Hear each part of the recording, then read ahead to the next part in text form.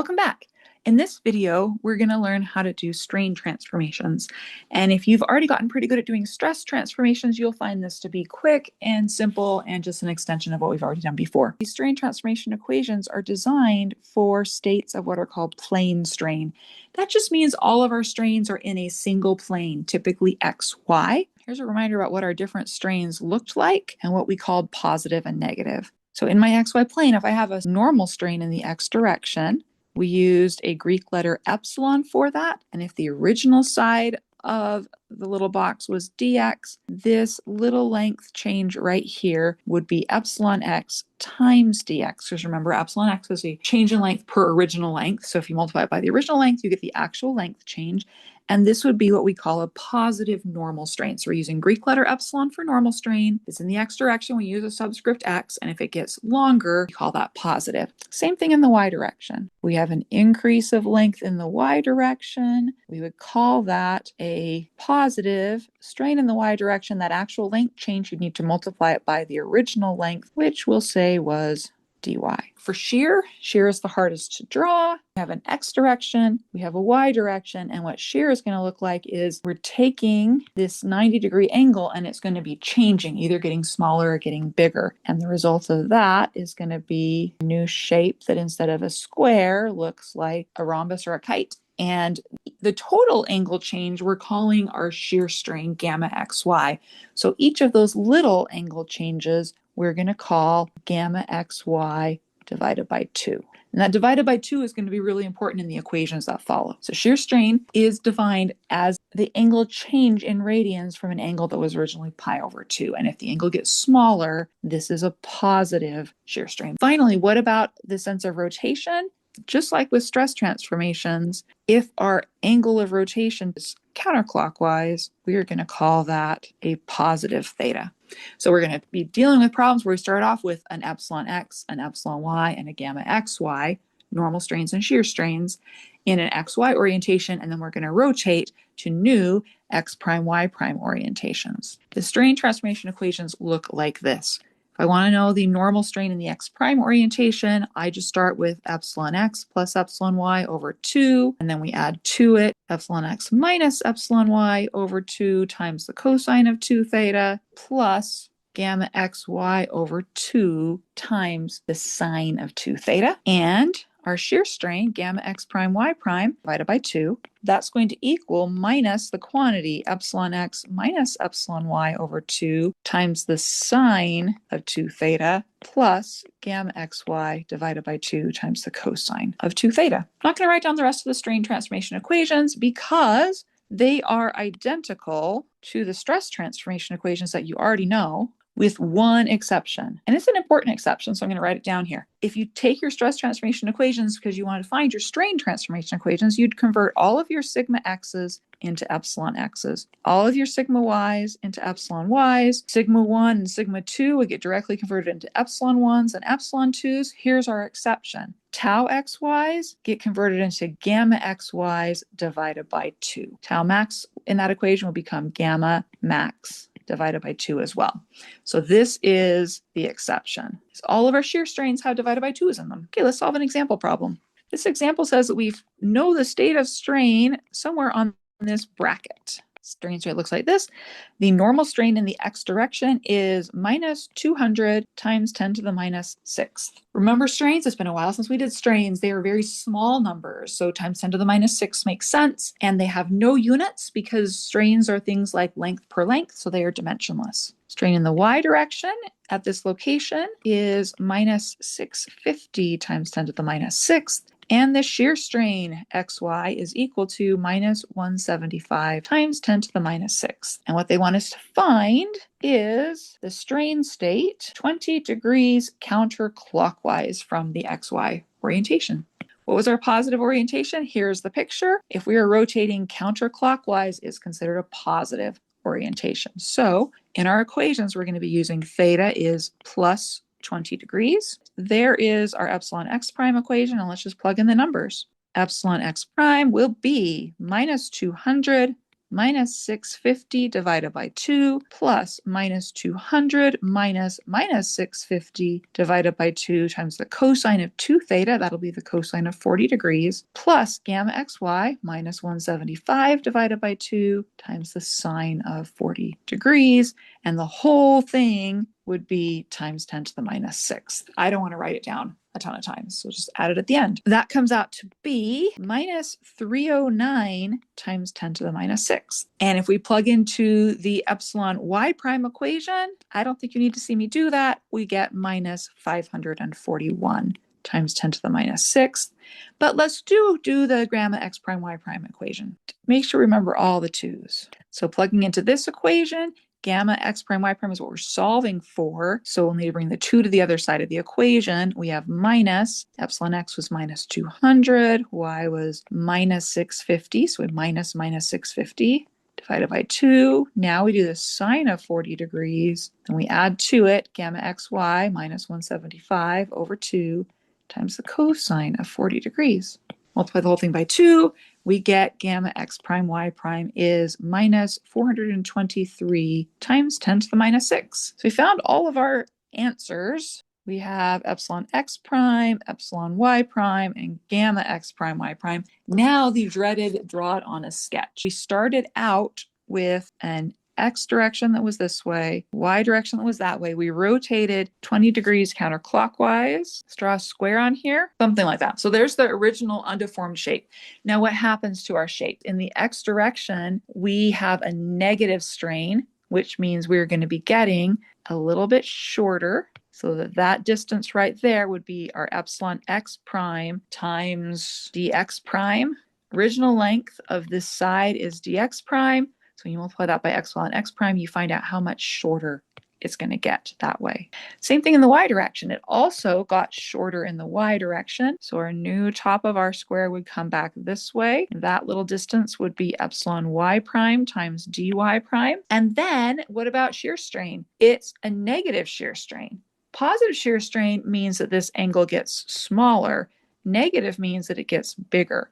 So our new sides of our square need to follow a little bit bigger angle on each side to our shorter distance. And now, if this angle is now bigger than 90, and we're on a quadrilateral, this angle's got to be smaller than 90. So maybe something like that. The whole point is this side got shorter, this side got shorter, and this angle got bigger. And the amount it got bigger by on this piece right here and this piece right there, each of them is going to be gamma x prime y prime divided by 2. So they add up to gamma x prime y prime all together.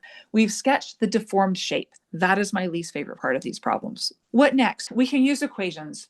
They're just like the stress transformation equations. You plug in the strains you have, you get the new strains. We can also use Mohr's circle for strain transformations.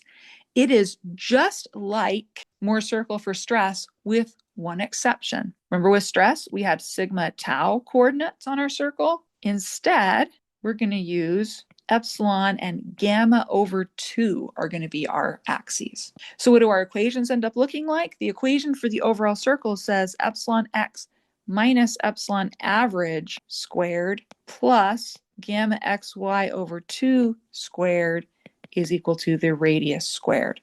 So epsilon average, that's the center of your circle. It's epsilon x plus epsilon y over 2, just like you would expect. What is the radius going to be? Square root of epsilon x minus epsilon y over 2 squared plus, now instead of just tau squared, it's going to be gamma xy over 2 squared. So now we can do Mohr's circle just like before. We only have to remember to always, always, always divide our shear strain by 2. Let's do that previous problem again using Mohr's circle. We have a vertical axis that I'm going to call gamma over 2. We have a horizontal axis that is our epsilon axis. And this is helpful to think of it as if your positive gamma over 2 were down here at the bottom. With shear stress, we were able to say, oh, if it tends to make it rotate this way, it's at the bottom, and this way, it's at the top. With shear strain, though, we just know if it's plus or minus. So if it's a positive shear strain, we're going to plot it on the bottom. So what we do with this previous problem is our original strain state said in the x, we have a strain of minus 200 and gamma is minus 175. So let's plot point x. We have to come over here to minus 200. And we have to go up not 175, but half of that, which is going to be 87.5. And why do we go up? Because it was a negative 175. So we plot it on the negative side. So here is point X. Then we need to plot point Y. Where was our original epsilon Y? It was at minus 650. So we need to go all the way out to minus 650. And now since we plotted X up above, we plot Y down below. Now we need to draw a line that connects them. When we do that, we can figure out where the center is. The center of this circle will be minus 200 plus minus 650 divided by 2, just like with stress, which comes out to be minus 425. Reminder that it is times 10 to the minus 6. Everything on here is times 10 to the minus 6. Then we need to draw a circle. We wanted to find principal strains. Right here would be epsilon 1, and right here would be epsilon 2. We would just use center plus and center minus the radius. If we want to find max shear, it's going to be right up here at the top and bottom. So this would be gamma max divided by 2, either at the top or bottom. To find the radius, we would want to use a triangle like this one. Radius would be the square root of 200 minus 425 should be 225 squared plus 87.5 squared, and we get the radius, which comes out to be 241, again, times 10 to the minus 6. What were we doing with the previous problem, though? We weren't finding principal strains and max shear. We were finding what happens if you rotate 20 degrees counterclockwise. Remember, on the circle, we would need to rotate not 20 degrees, but 40 degrees. And if you do that, this point, its coordinates would be for your x prime location, and down here would be for your y prime location. The problem only asks us to find x prime and y prime. We would actually need to find this angle as well, so that you could make a basic right triangle to be able to find, with that angle and the radius, what is the x coordinate. That would give you the normal strain. The y coordinate would give you the shear strain over 2. And you could do the same thing down here to get the strain in the y direction. I don't like using Mohr's circle to find these. I find it really useful to find all these blue ones instead. Let's do a problem where we actually would want to use Mohr's circle, where we're finding principal strains and max shear. So this is my next example. We have a state of strain that is this. Strain in the x direction is 120 times 10 to the minus 6. Strain in the y direction is minus 180 times 10 to the minus 6. And the shear strain, gamma xy, is 150 times 10 to the minus 6. And the problem wants us to find principal strains, epsilon 1 and 2, wants us to find the max shear strain, gamma max, wants us to find epsilon average. It wants us to find theta p and theta s, and it wants us to sketch both of them on a deformed shape, because we're finding two stress states here. We're finding the principal stress state and the max shear stress state. So I'm going to do this with Mohr's circle. There's our epsilon axis. I'll say times 10 to the minus 6. Here is our gamma over 2 axis. And just a reminder that here's our positive side for gamma. For the x direction, we're going to have 120. Come over here and call this 120. And then gamma is positive, so we're going to plot our point down here. We don't plot the 150, we plot half of that. So we're going to come down 75, and there is point X on our circle. For the Y, we're going to go to minus 180, which I'll say is about right there. And we're going to go up to 75 on the other side for Y. So there's point Y. Let's first draw the line connecting them to find our center. Center is always the average of the two. So we'll take 120 minus 180 divided by 2. Center, which is also epsilon average, comes out to be minus 30 times 10 to the minus 6. So there's our average strain. And now let's fill in our circle. Let's find the radius of that circle.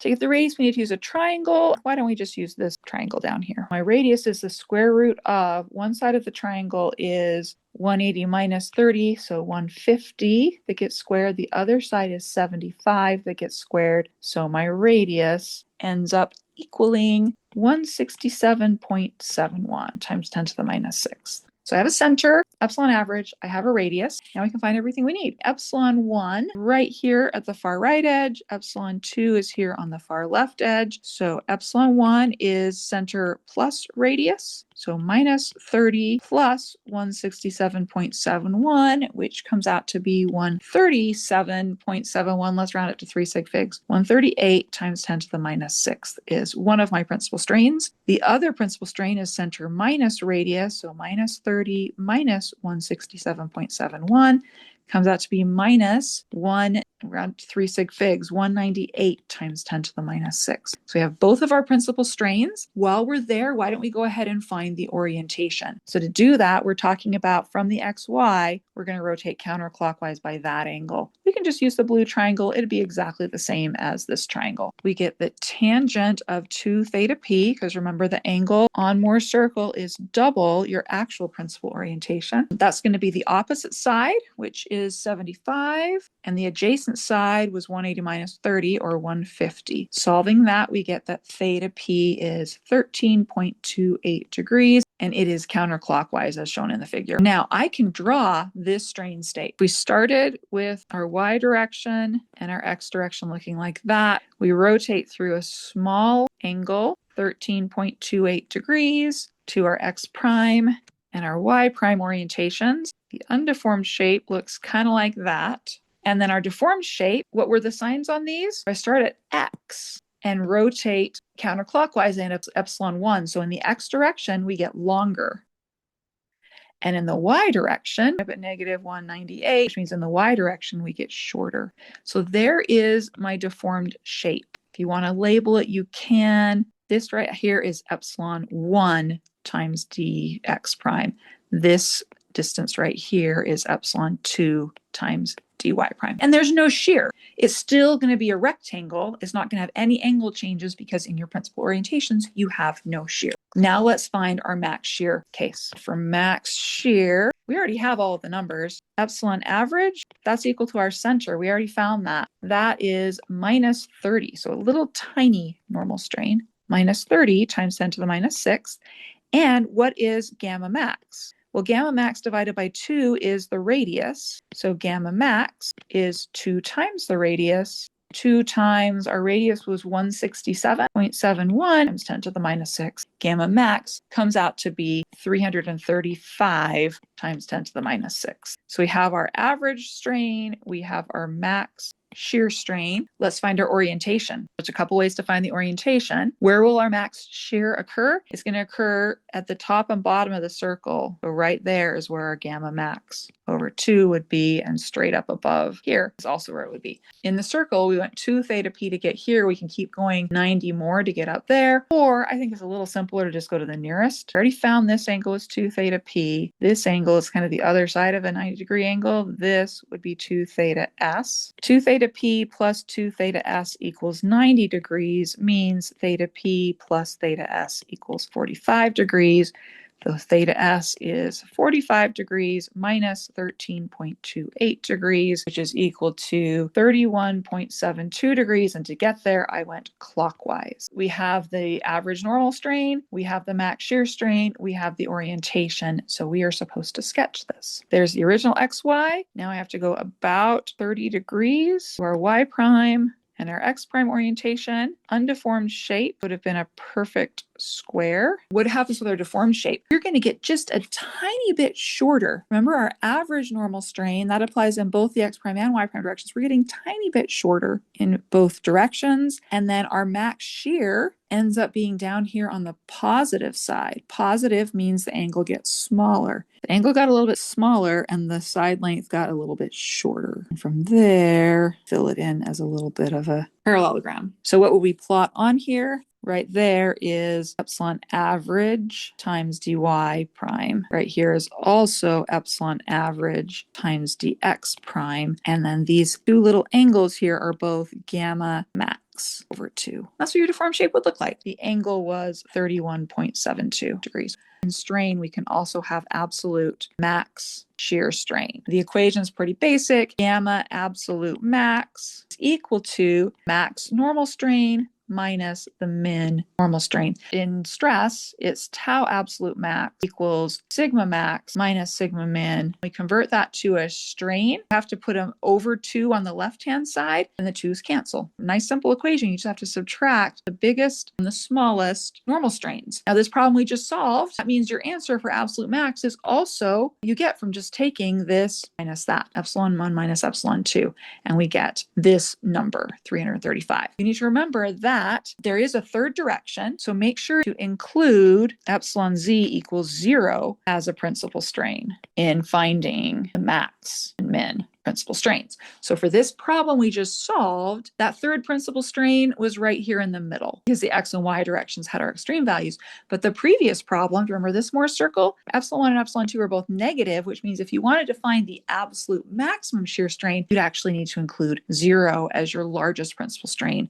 Epsilon 2 is the smallest principal strain. Just like how we did absolute max shear stress, you can do absolute max shear strain. Our equation's a little bit simpler. Just remember to include epsilon z as a principal strain as needed. That's it for today. Thanks for watching. See you next time.